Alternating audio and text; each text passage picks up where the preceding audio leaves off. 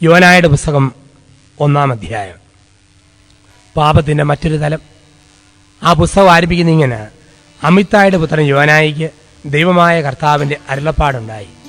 മഹാനഗരമായ നിനിവേയിൽ ചെന്ന് നീ മാനസാന്തരം പ്രസംഗിക്കണം. യോനാ പറഞ്ഞു, നിനിവേയ്ക്ക് പോകാൻ പാടാ, ഞാൻ താർസീസിന് പോക്കോളാം. കോട്ടയം സിറ്റിയിൽ യോനാ പ്രവാചകൻ നിൽക്കുന്നു. ദൈവം പറഞ്ഞു, പാലായിൽ പോയി മാനസാന്തരം പ്രസംഗിക്കണം. യോനാ പറഞ്ഞു, ബുദ്ധിമുട്ടാ, ചങ്ങനാശ്ശേരിക്ക് ഞാൻ പോക്കോളാം. വിപരീത ദിശയിലേക്ക് യോന യാത്രയായി. എന്താണ് യോനായുടെ പാപം? ദൈവം നട്ടെടുത്ത് വളരാതെ സ്വയം പറിച്ചു നട്ടു. ആദിമാതാപിതാക്കളുടെ പാപം ദൈവത്തിന്റെ സ്വരത്തേക്കാൾ ഉപരിയായി സാത്താന്റെ സ്വരത്തിന് കാതുകൊടുത്തു. സത്യമായ ദൈവത്തെ നുണയനായി കണ്ടു.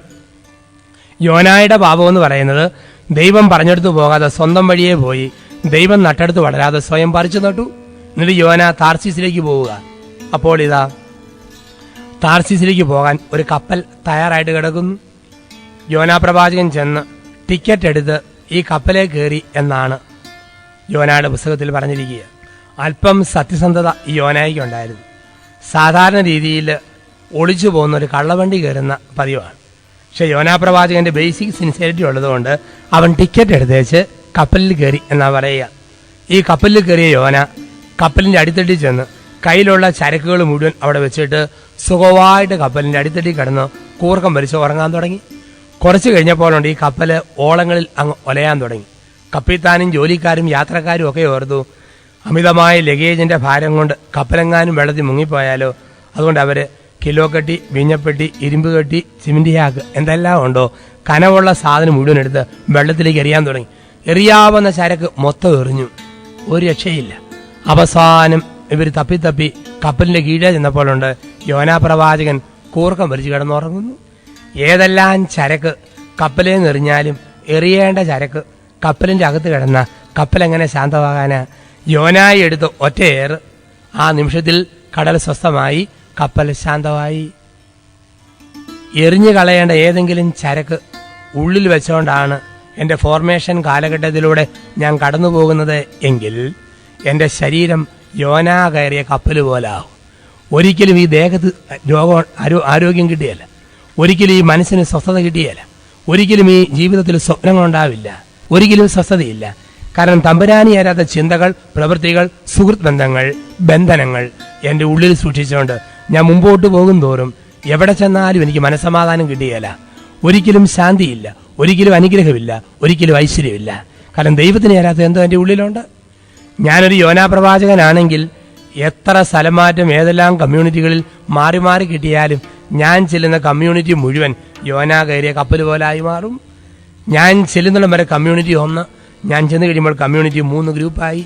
വിഭജിത വ്യക്തിത്വം ഉള്ളിൽ വെക്കുന്ന മനുഷ്യൻ എവിടെ ചെന്നാലും സമൂഹത്തെ വിഘടിപ്പിക്കും, വിഭജിപ്പിക്കും. അങ്ങനെ സംഭവിക്കും. ഞാൻ ചെല്ലുന്ന കമ്മ്യൂണിറ്റി യോനാ കയറിയ കപ്പൽ പോലാകും. എൻ്റെ ഉള്ളിൽ വിശുദ്ധിയും ഒരു സുതാര്യതയും ഒരു യൂണിറ്റിയും ഒരു സമഗ്രതയും എൻ്റെ ഉള്ളിൽ ഞാൻ സൂക്ഷിക്കുന്നില്ലെങ്കിൽ. ഞാൻ എടവപ്പള്ളി ചെന്നപ്പം വികാരിച്ചൻ പറഞ്ഞു, എൻ്റെ അച്ഛ, ഞാൻ വികാരിയായിട്ട് 5 വർഷം. ഞാൻ വന്നപ്പോഴൊക്കെ പൊതുയോഗത്തിൽ കൂട്ടയടിയായിരുന്നു. ഒരിക്കലും തീരുമാനമില്ല. 5 വർഷം കഴിഞ്ഞു ആദ്യമായിട്ട് അച്ഛ ഈ വർഷത്തെ പെരുന്നാളിന് വേണ്ടി വിളിച്ചു ചേർത്ത പൊതുയോഗത്തിലാണ് ഏകകണ്ഠമായ ഒരു തീരുമാനം ഇടവക കമ്മിറ്റിയിലുണ്ടായത്. ഞാൻ ഓർത്തു, അച്ഛൻ ഇടവക സമൂഹത്തെ നേടിയല്ലോ. 5 ദിവസം ധ്യാനിപ്പിച്ച് കഴിഞ്ഞപ്പോഴാണ് അറിഞ്ഞത് ആ വർഷത്തെ പൊതുയോഗത്തിൽ അച്ഛൻ മാത്രമേ ഉണ്ടായിരുന്നുള്ളൂ, വേറെ ആരും ഇല്ലായിരുന്നു. ഏകകണ്ഠം എന്ന് പറഞ്ഞ വികാരി അച്ഛൻ്റെ കണ്ഠവാ, വേറൊരു കണ്ഠം അവിടെ സ്വരം ഉയർത്താനില്ലായിരുന്നു. അപ്പം നമ്മുടെയൊക്കെ ജീവിതത്തിൽ യോനാ കയറിയ കപ്പൽ പോലാണോ എൻ്റെ ജീവിതം, എൻ്റെ ഹൃദയം, എൻ്റെ സാമീപ്യം? നമ്മൾ ആത്മശോധന ചെയ്യണം. അവസാനം യോനായി എടുത്തരേർ ഏതാണ്ട് ജാവലിൻ ത്രോ പോലെ യോനാ നേരെ ചെന്ന് വീഴുന്ന വെള്ളത്തിൽ ചെന്നപ്പോഴോ ഒരു തിമിംഗലം വിഴുങ്ങാനായിട്ട് കിടക്കുന്നു. തിമിംഗലം യോനായെ വിഴുങ്ങിയിട്ട് തിമിംഗലം നീന്താൻ തുടങ്ങി. നീന്തി ഈ തിമിംഗലം നിനിവേയുടെ തീരത്ത് ചെന്ന് യോനായെ ഛർദ്ദിച്ചു. യോനാ തീരത്തെ മണലിലും പുല്ലിലും കൂടെ ചെന്ന് വീണു. എഴുന്നേറ്റ് നോക്കിയപ്പം തള്ളപ്പശു ഇപ്പം പറ്റ കിടാവിൻ്റെ പരുവത്തിൽ കൊഴുപ്പും പാടയൊക്കെ ആയിട്ട് യോന ഇങ്ങനെ നിൽക്കുക. പിന്നെ നക്കി തുടച്ച് കിടന്ന് ഉരുണ്ട് തുടച്ചിട്ട് വേച്ച് നിനിവയിലേക്ക് ഒറ്റപ്പോക്ക്. ഇതിൻ്റെ വല്ല കാര്യം ഉണ്ടായിരുന്നു? മര്യാദയ്ക്ക് പോകാൻ പറഞ്ഞപ്പം പോയായിരുന്നെങ്കിൽ അന്തസാടി എന്ന് പ്രസംഗിച്ച് കിട്ടുന്ന ടീയെയും മേടിച്ച് മാന്യനായിട്ട് തിരിച്ചു പോരാമായിരുന്നു. ദൈവത്തിൻ്റെ വഴി വിട്ടൊരൊറ്റ പോക്ക് അവസാനം ഈ പരുവത്തിൽ കുഴമ്പും പാടയും എല്ലാം കൂടെ പരട്ടി ഇതാ യോന ചെല്ലുന്നു നിനിവയിലേക്ക്. ദൈവം ഒരു കാര്യം തീരുമാനിച്ചോ അത് ചെയ്തിരിക്കും ഉറപ്പാ. ഏതെല്ലാം വഴിയെ വിട്ടുപോയാലും അവസാനം തമ്പുരാൻ ഓർത്ത് മാത്രമേ നടക്കത്തുള്ളൂ. അവിടെ ചെല്ലുന്നു, യോന പ്രസംഗിക്കുന്നു. യോനയെക്കുറിച്ച് പറയുന്ന വാക്ക് അങ്കമാലി സൈക്കോളജി എന്നാണ്. അങ്കമാലി സൈക്കോളജി എന്താണ്? അങ്കമാലി സൈക്കോളജി കേരളത്തിൽ ഏറ്റവും പന്നിക്കച്ചവടം നടന്നിരുന്ന സ്ഥലവും ഇപ്പോഴും ഒത്തിരി പന്നിക്കച്ചവടം ഒക്കെ ഉള്ള സ്ഥലവും അങ്കമാലി, കറുകുറ്റി ആ പ്രദേശങ്ങളെന്ന് പറയും. ഇന്ന് നമ്മൾ ബസ്സിൽ പോകുമ്പോൾ ഒരുപാട് പന്നികൾ വഴിസൈഡിൽ ഇങ്ങനെ മണ്ണും കുത്തി നടക്കുന്ന കാണാം അങ്കമാലി പ്രദേശങ്ങളിൽ.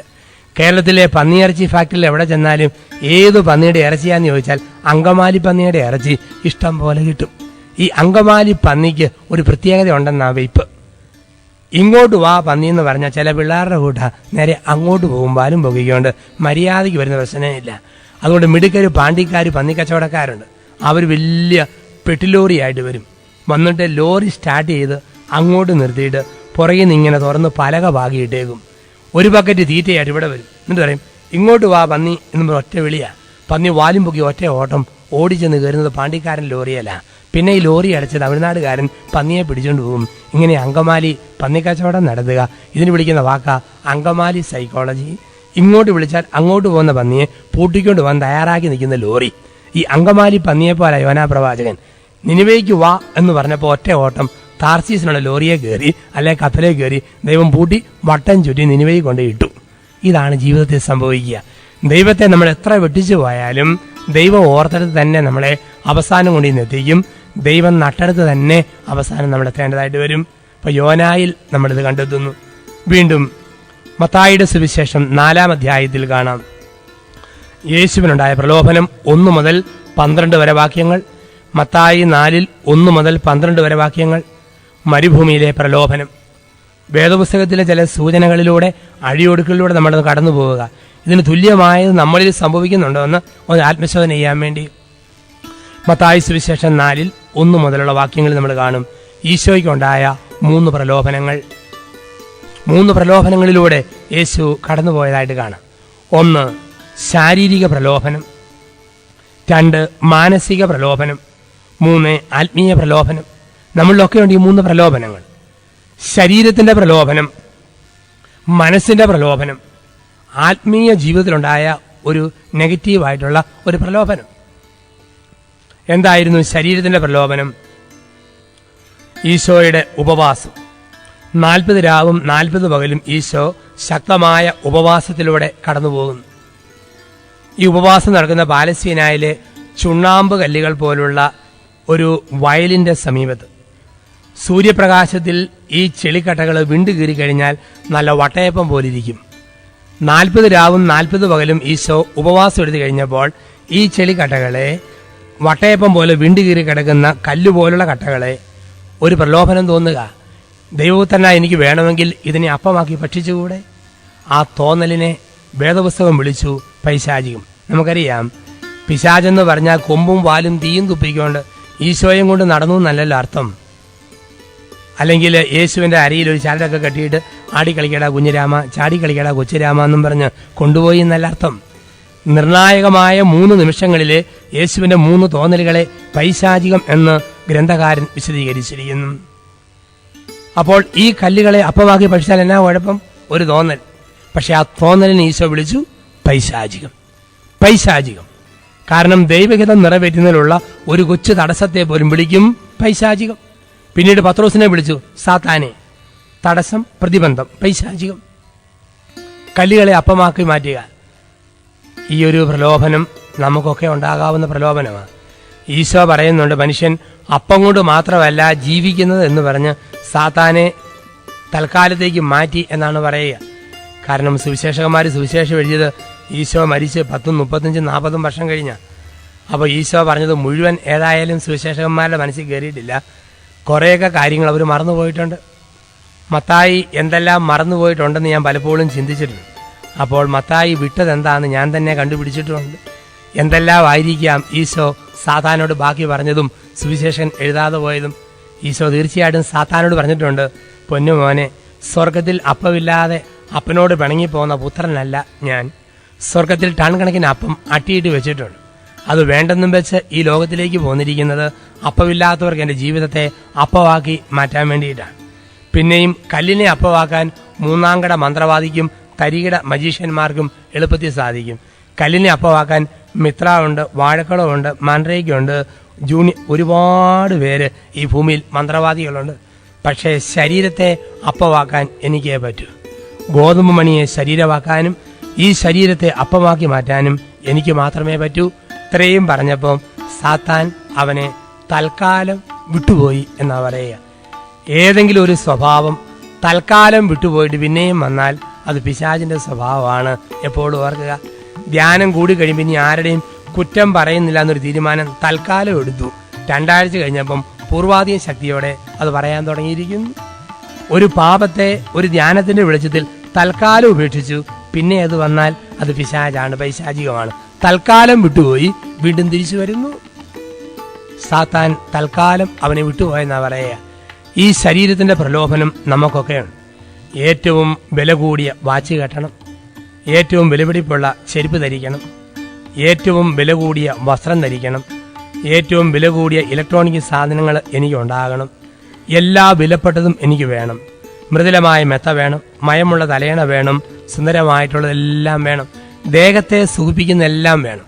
അതിന് നമ്മൾ വീണു പോകുമ്പോൾ ഒന്നാമത്തെ പ്രലോഭനം ജഡികമായ പാപങ്ങൾ, തിന്മയുടെ സുഹൃത്ത് ബന്ധങ്ങൾ, ഇതിലൊക്കെ വീഴുമ്പോൾ ഈ ഫസ്റ്റ് ടെംപ്റ്റേഷനിൽ ആദ്യ പ്രലോഭനത്തിൽ നമ്മൾ വീഴുന്നവരാണ്. ശിരസായ മിശിഹായെ പോലെ ഈ കഠിന പ്രലോഭനങ്ങളെ അതിജീവിക്കാൻ നമുക്ക് കഴിഞ്ഞാൽ സ്പിരിച്വൽ പവറുള്ള വ്യക്തികളായിട്ട് നമ്മൾ മാറും. യേശുവിന്റെ ഒന്നാമത്തെ പ്രലോഭനം ശരീരത്തിന്റെ പ്രലോഭനം. 2ാമത്തെ പ്രലോഭനം ഒരു മാനസിക പ്രലോഭനമായിരുന്നു. ഒരു 2 രീതിയിൽ പറയുന്നു. ഒന്ന്, ഒരു വലിയ ദേവാലയത്തിന് മുകളിൽ ചെന്ന്, പിന്നെ ഒരു ഗോപുരത്തിന് മുകളിൽ, പിന്നെ പറയുന്നു വലിയ മലയുടെ മുകളിൽ.